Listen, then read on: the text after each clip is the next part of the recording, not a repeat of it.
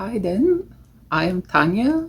Tanya Bogdanova is my name, and I am originally from Bulgaria. I am a jeweler, or so the thing is that jewelers will say that I'm an artist, artists will say that I'm a jeweler, so I'm somewhere in the middle. For a long time, I was very self-conscious about calling myself an artist because it has something negative to that. Like when you say I'm an artist, there is a lots of I'm the big thing, and you Show me your painting. yeah, and like I am different than the others, or I'm more special, and I have inside my head I have this voice that keep telling me that what I'm doing is not good and I'm not a real artist and all this. But now I just kind of ignore it, and I start to think, although I'm still scared and I still haven't dealt with this, I start to think that my work is good because I look at my work and I like it. So if I like my own work, that means it's good. It's funny because I usually don't wear jewelry, or at least I never wore it before. And I never ever in my life I thought about this. One side of my family are teachers, the other side of my family are engineers. But I said, no, I'm not going to be engineer. That's not for me. I'm not who I am. I was doing some part-time jobs and I was trying some painting, some crafty things at home, and that was making me happy. One day I decided, okay, I'm making it, so why shouldn't I try to sell? So I just took a small table and I sat on the corner of the street and I sold everything. And the next year I said, okay, I'll do it again, I'll make more. And I sold everything again. So for a few years I was doing this while I was writing poetry and stories. And one morning I remember just looking at the newspapers. That's something that I never do. I never look at the newspapers because that has been my part-time job always. I have done everything with the newspapers, like delivering, advertising, finding subscribers, like being in the office, customer service, everything with newspapers. And I hate newspapers. I just cannot look at them. But this morning, for some reason, I looked at the newspaper and I saw advertising of somebody giving jewelry lessons. It's something that I would never connect jewelry with me until this time. But I saw this advertising and I saw, okay, I want to do this. So I called this person and it was some old man, and I went there and I didn't learn much jewelry from him because he was just telling me things which I was supposed to write. There was not much practical work. I knew a lot about stones, but I couldn't do anything with them. I started studying jewelry when I came to New Zealand. Studying, having hard time, trying to fit, being depressed and all that. And when I came to the third year, I was told that if I don't change my attitude towards my work, there is no point for me to come for the fourth year. And I was like really hurt from that. I knew that probably that's true,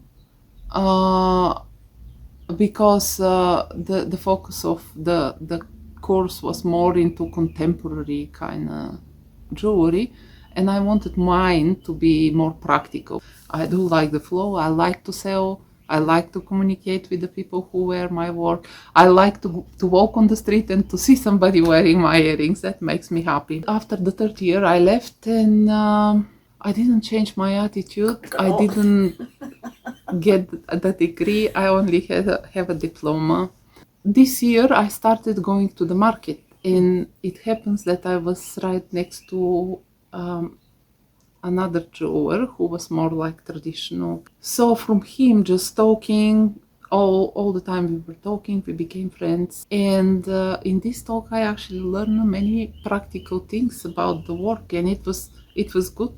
It was good. And then again, the best way to learn is to practice, like you learn in your work. Coming into New Zealand has changed me a lot. Before, back in Bulgaria and in Europe,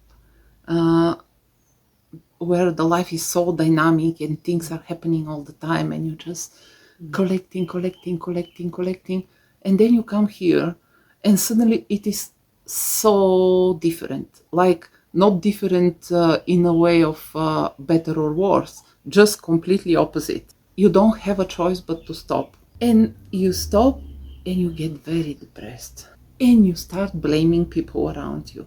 These people, they are this and this and this, they don't understand me, they don't see me, they don't accept me, I don't belong here. And that can go forever. But at some point, I realized that people are just people. They don't have anything to do with that. And it is me, because living there, I have gathered all this material, but I haven't had time to process it. I haven't had time to look at myself and to see all the things that I have gathered, good and bad. I could make something of that. So I just chose to look at myself and to go through everything and to process whatever comes on the surface. And I have found that since a while, I don't need the drama from outside. I'm just happy with myself. I can spend weeks alone at home without meeting people, and I'm not bored. I'm completely happy. Another thing that have helped me is that uh, all through my school years, I have been the weirdo and the outsider, and the people have been making fun of me and bullying me. So I have stayed at the edge in the corner and being quiet, but watching. Always, I've been watching. I love watching people. I have a difficult and challenging life, and many of the things that has happened in my life, they just happened. They are not my doing. Do you feel that being creative is helping you to go through grief? Oh yes, it was. As I said, I'm not some person that is very pessimistic and suicidal and all this, but truth is that I have been always very attracted to that until that happened to me, like my child died. And I still believe that he's happy because I can feel him and I can talk to him, or at least at the beginning I could. But there is this purely human experience, like mother experience, to find your child's dead in his bed, and to ask yourself constantly, what could I have done? Was he in pain? All these things and all this guilt that I'm going through. And with part of me, I realize it's not a real thing. It is a real thing, but how to say, it is not true. I mean, I couldn't have done anything because I'm just a human being, and it does death in life. It doesn't depend on us. But I still ask myself. I still have the picture of this moment and these few days very, very strongly in my head.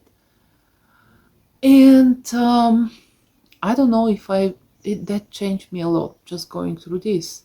And I don't know if I will ever be who I was before. And now suddenly, all the values in my life are different. I do have some dreams and I do have some plans and hopes and ideas. But when I think about my life as a big, the most exciting thing for me is when the day comes and I die too, so I can be with my child. That doesn't make me depressed and suicide. It's just the most exciting thing that I can see from the place that I am now. But I don't believe it's going to be tomorrow or next month or next year. Hopefully. Maybe. So I cannot spend my life being sad and depressed and bored until then. I just need to fill my life with something that makes sense. And what makes most sense for me is working, like giving everything. All this love that I should have given to my son, now I can pour it into my work. And that helps a lot, because otherwise I just feel like I'm going to explode. Because we call it grief and it is crying, but most of the time I just feel this enormous love and I'm crying, but I cannot stop repeating in my head, I'm talking to my son and I'm just telling him, I love you, I love you, I love you. That's like a mantra in my head. And it is so big. And funny thing is that it's ah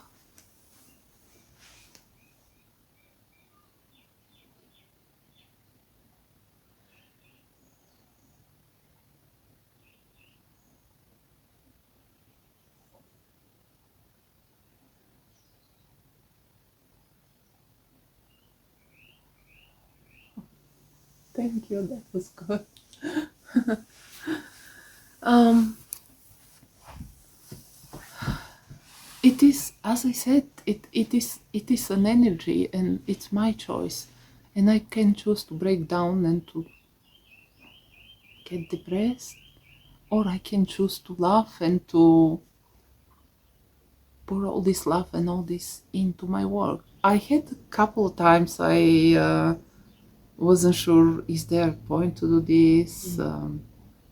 So I was on the edge of stopping, but I just couldn't stay for a long without making something, because it's like it's something is gathering inside me, and it's almost physically hurting me if I don't let it out. So I just have to do it because it's hurting me. My art is there, like it's on internet, everybody can see it if they want to, everybody can message me, email me, call me, and then we can talk and look about my art. But um, as I said, that's it. What I'm doing, just the metal work that I'm doing, that's just the expression. I am the art, I am the creativity, and I believe that everybody is like this. And as I said before, that's what I believe, that every single person is an artist in a different area.